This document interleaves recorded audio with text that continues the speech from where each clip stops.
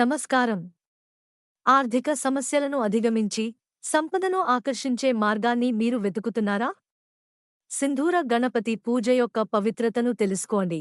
ఇది అప్పుల బాధలను తొలగించి సంపదను ఆకర్షించడానికి నమ్మకమైన మార్గంగా భావించబడుతోంది.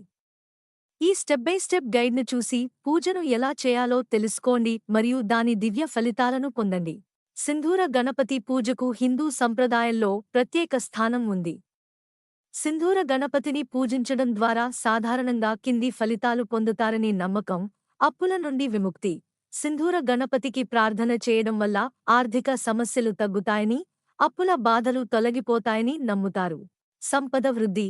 ఈ దేవుడి కృపతో ధనసంబంధ సమస్యలు తొలగిపోతాయని, సంపద మరియు సంతోషం పెరుగుతాయని భావిస్తారు.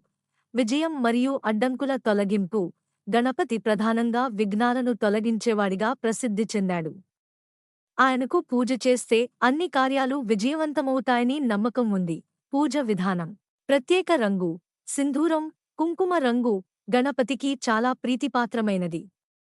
ఆయనను సింధూరం లేదా అరసినతో అలంకరించడం శ్రేయస్కరం. ప్రత్యేక ప్రసాదం: మోదకాలు, లడ్డు లేదా ఇతర మీటలతో నైవేద్యం పెట్టాలి. మంత్రాలు: ఓం గణ గణపతయే నమః లేదా గణేశా శరణం శరణం వంటి మంత్రాలను జపించడం ఉత్తమం.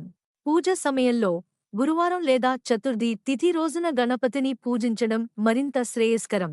విశ్వాసం: శ్రద్ధతో చేసే పూజ ఫలితం ఎప్పుడూ అద్భుతమే.